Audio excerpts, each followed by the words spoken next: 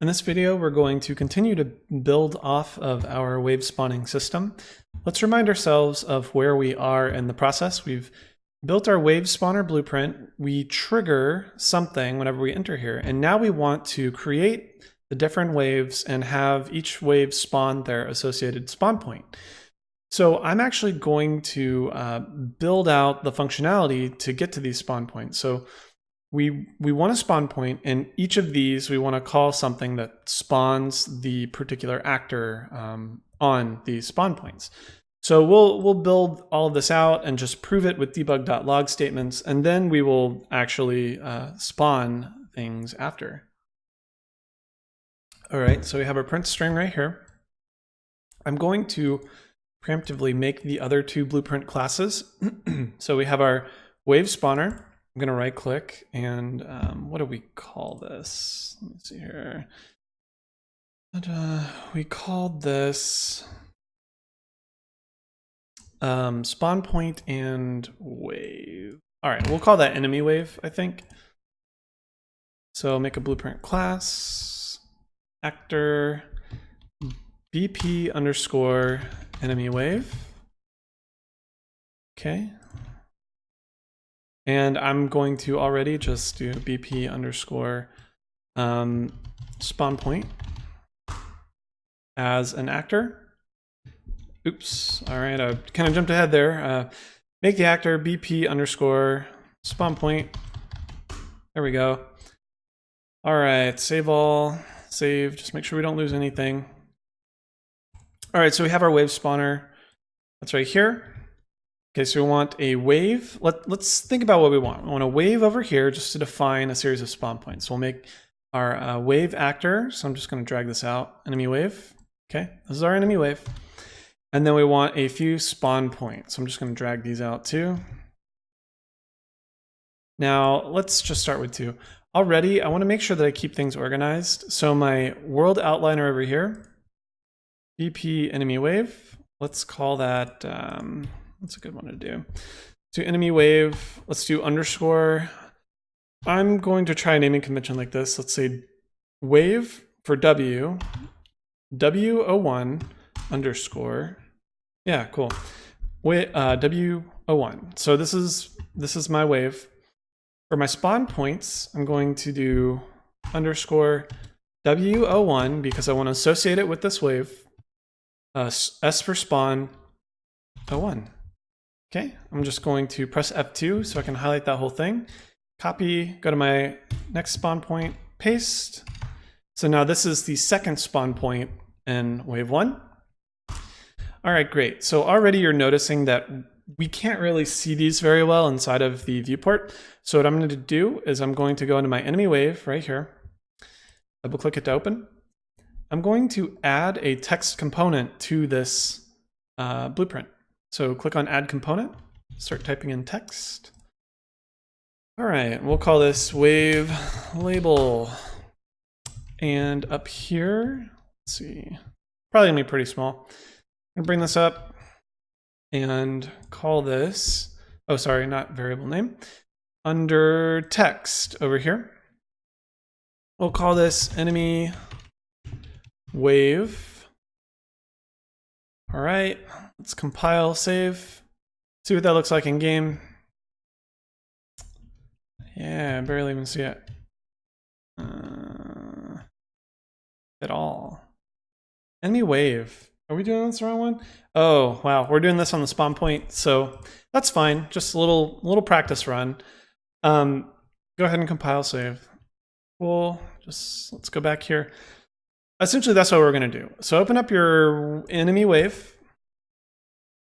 Going to do that same thing, add component. So this is, we want to label our wave grouping, and then for each of our spawn points, you know, we could also put a label there too if we want, but I just want to put a label to group the wave. So add component on your enemy wave, type in text render, call this wave text. File save. All right, bring this up a little bit. Again, this is your pivot. This is your root for this blueprint inside of the world. Go to text and type enemy wave, and just because I saw it last time, I can already tell it's gonna be pretty small. And I'm actually gonna do a line break right here. So enemy, hold shift and press enter. So enemy wave, it's just not updating. There we go. Okay, and let's make this bigger. World size, there we go. Let's make this really easy. And for this one, I actually don't want to see this in game. I just want to see it inside of the editor. So I am going to check this hidden in game, just like that. So this should hide it whenever we go into the, I'm compiling and saving there. This should hide it whenever we go into the game, but we should see it in the editor somewhere. Let's see here. Play. Yeah, so we're not seeing it in game. Just make sure that I did something here. Go back, wave text. All right, let's find out where this is. Visible's true. Okay. We drag this in? Just too big? Okay, let's try this again. Let's uncheck hidden in game. Save. Oh, weird. Hidden in game. Maybe this is doing something unintended. Putting this on my second monitor. Okay, so what we're gonna do. Oh, am I in? Oh, that's what it is. Okay, so the reason this was not showing up is because I had pressed G for my in-game view, right there. And so when I'm emulating my in-game view, and I had hidden in-game, just like that. So I am gonna leave that checked on. I'm gonna save it. Okay, all right. So now if I press G, this is what I'm gonna see in game. And yes, I would not wanna see that in game. So that is functioning correctly.